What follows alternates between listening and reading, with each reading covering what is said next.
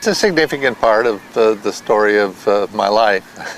As my own family, we came out here, rented places, and enjoyed the beach and enjoyed the swimming.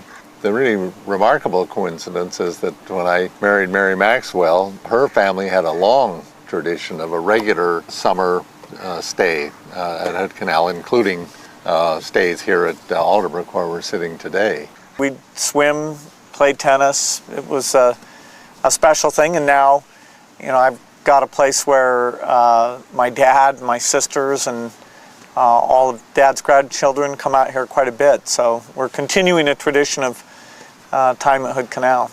The Cheerio thing was actually just a parallel and an added Hood Canal experience when we got together with family, friends, and their children and came out here for a 2-week stay. Yeah, the Cheerio was a group of 10 families, and so for a couple weeks we'd just be with those other kids, and a lot of activities, sports activities, dinners at the other people's house, campfires with skits and singing. So I have great memories of growing up here and coming back to the same place year after year. There's a certain predictability and comfort in doing that. Almost every year I've been out here, and I'll keep doing it. Now that is the father and the son in a vacation, but today, as we are still mourning the death of Bill Gates' father, William H. Gates II, let me tell you about his biography for many who don't know about him. Now, William H. Gates II, a lawyer and philanthropist best known as the father of Microsoft's co-founder, Bill Gates, has died at the age of 94.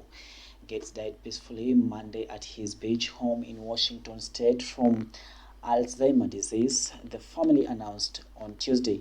In an obituary, the family credited the patriarch with a deep commitment to social and economic equity, noting that he was responsible for the Bill and Melinda Gates Foundation first efforts to improve global health, as well as his advocacy for progressive taxation, especially unsuccessful efforts to pass a state income tax on the wealth in Washington, D.C.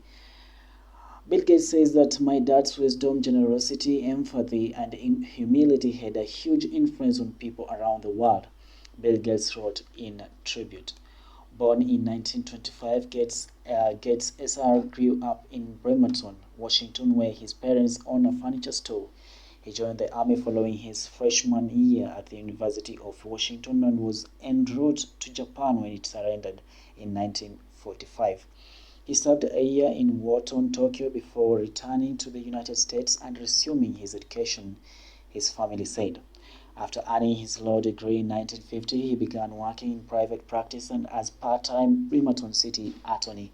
He formed a city law firm with 2 other partners that eventually became Preston Gates and Ellis, now known as K&L Gates, one of the world's largest law firms.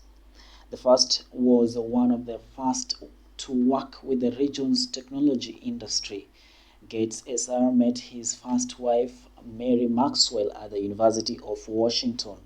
They had 2 daughters and a son, Gates Jr., and remained married until her death in 1994. 2 years later, he married Mimi Gardner, then the director of the Seattle Art Museum, with whom he spent the last quarter century of his life. When I was a kid, he wasn't prescriptive or domineering, and yet he never let me coast along at things I was good at. And he always pushed me to try things I hated or didn't think I could do. Maybe swimming and soccer, for example, Gates Jr. wrote in the tribute. And he modeled an amazing work ethic. He was one of the hardest working and most respected lawyers in Seattle, as well as a major civic leader in our region. That civic work included serving as a trustee of the Greater Seattle Chamber of Commerce, Planned Parenthood and United Way, and as a regent of the University of Washington, where he led fundraising drives.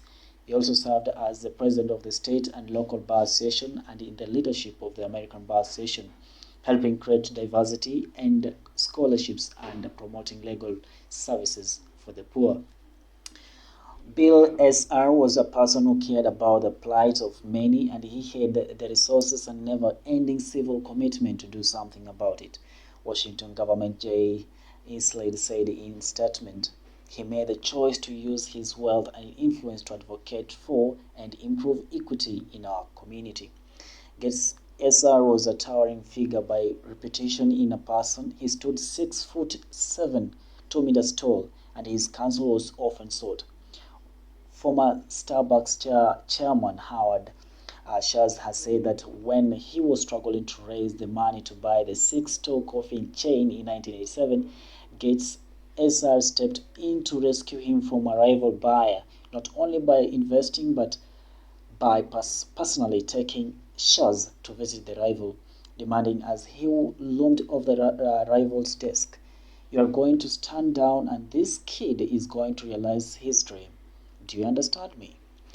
Gates retired from law in 1998 and took on prominent roles with Gates Foundation, helping launch its work in global health.